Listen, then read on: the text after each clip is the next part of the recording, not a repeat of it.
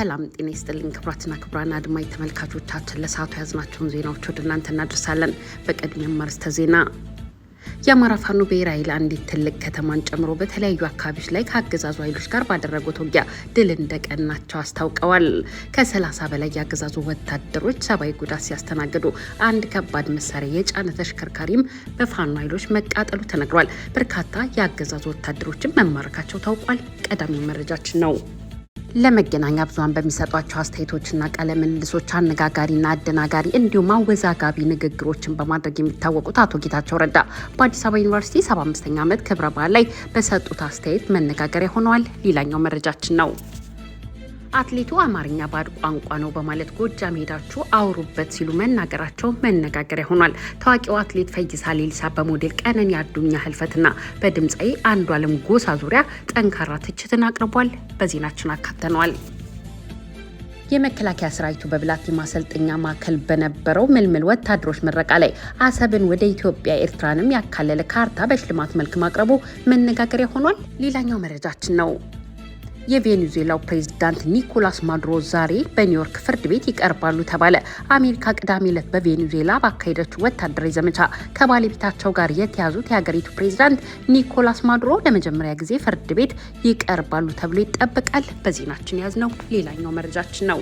ውድና የተከበራችሁ አድማጭ ተመልካቾቻችን ከላይ ባርስተ ዜና ያሰማናችሁንና ሌሎች ተጨማሪ መረጃዎችን ይዘናል።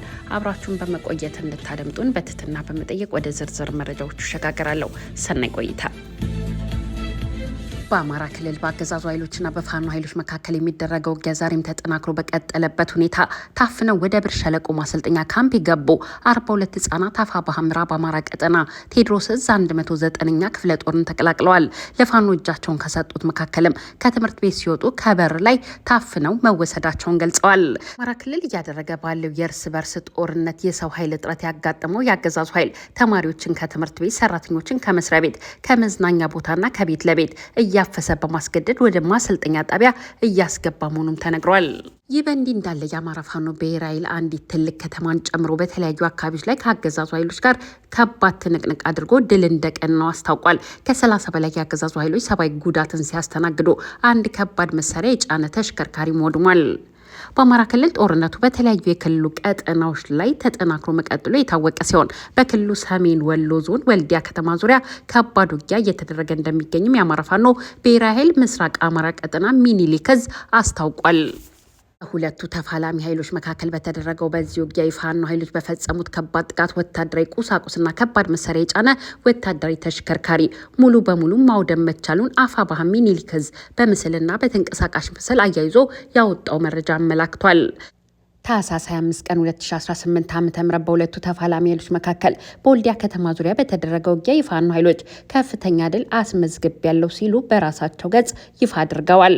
በአገዛዙ ኃይሎችና በፋኖ ኃይሎች መካከል ውጊያው የተደረገው ከጥቁር ውሃ እስከ ሳንቃ ከተማ ድረስ ባሉ አካባቢዎች ላይ መደረጉን የፋኖ የመረጃ ምንጮች የዘገቡ ሲሆን የፋኖ ኃይሎች በሰነዘሩት ጥቃት ከወደመው ወታደራዊ ተሽከርካሪ በተጨማሪ በርካታ የጦር መሳሪያዎችን መማረካቸውን ነው አማራ ፋኖ ብሔራዊ ኃይል ሚኒሊክ ዕዝ ይፋ አሳውቋል።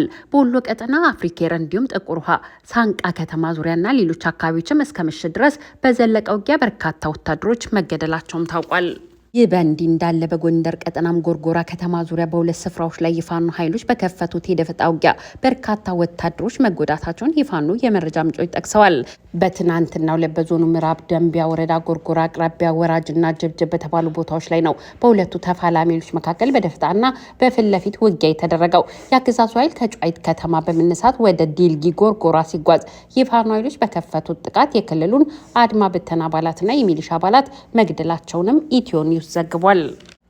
የአገዛዙ ጦርም በጎጃም ቀጠና አዩባብሳ ወረዳ እሁዲት ቀጠና ላይ በርካታ የፋኖ ኃይሎችን ገድያለሁ ሲል በማህበራዊ ትስስር ገጹ ላይ ጽፏል።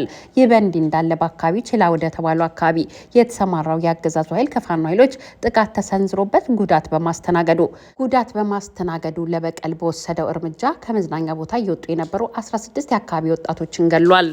ምስራቅ እዝ ዋና አዛዡ ሌተናንት ጀነራል መሐመድ ተሰማ በበኩላቸው በሳምንት አዲስ አበባ ገባለው ያለውን ኃይል በገጠር ቀበሌ እንኳን ተረጋግቶ እንዳይቀመጥ ማድረግ ተችሏል ሲሉ ተሰምተዋል። አክለውም ጽንፈኛ ያሉትን ኃይል አማራ ክልልን አፍርሼ የፈለኩትን አድርጋለሁ ሲል ነበር በማለትም ወንጅለዋል።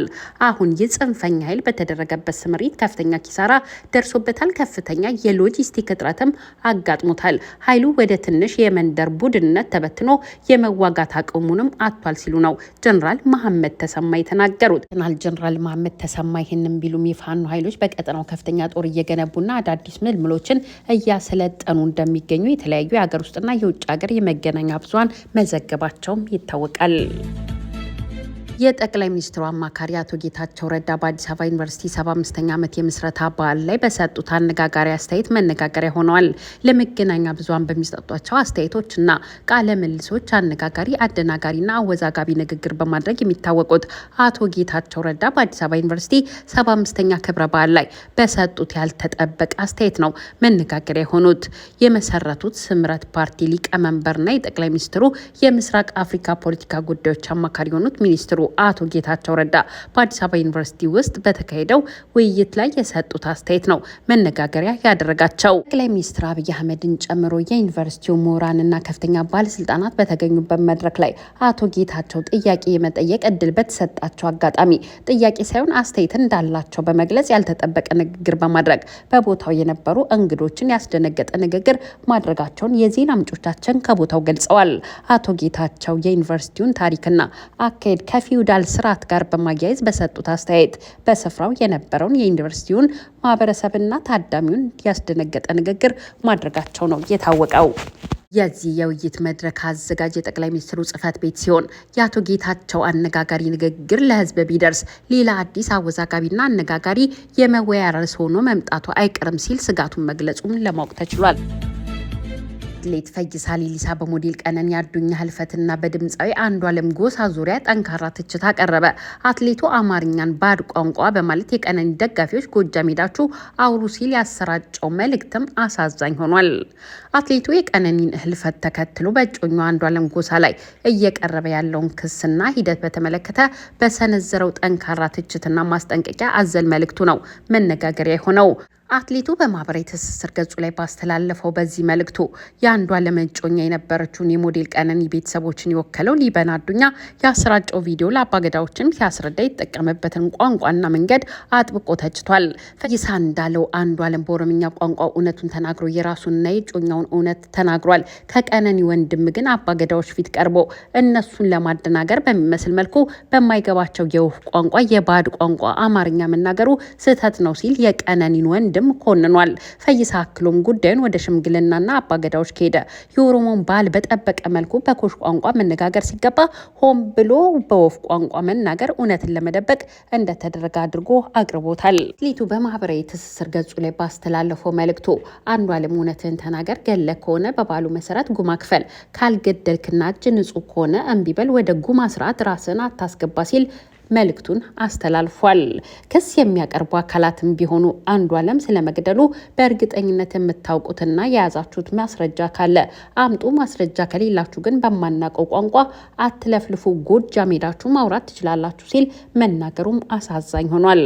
በመጨረሻም የህብረተሰቡን አቋም በተመለከተ ሲናገር አንዷለም በህይወት ባይኖር ኖሮ ስለ ሟች እጮኛው ቀነኒ ያሉን ነገር ተቀባጥሩ ነበር። እናንተ ንፋስ ናችሁ፣ ንፋስ ወደ ነፈሰበት እንደሚነፍስ ሁሉ እናንተም አቋማችሁ አይታወቅም ሲል ትችቱን ቋይቷል።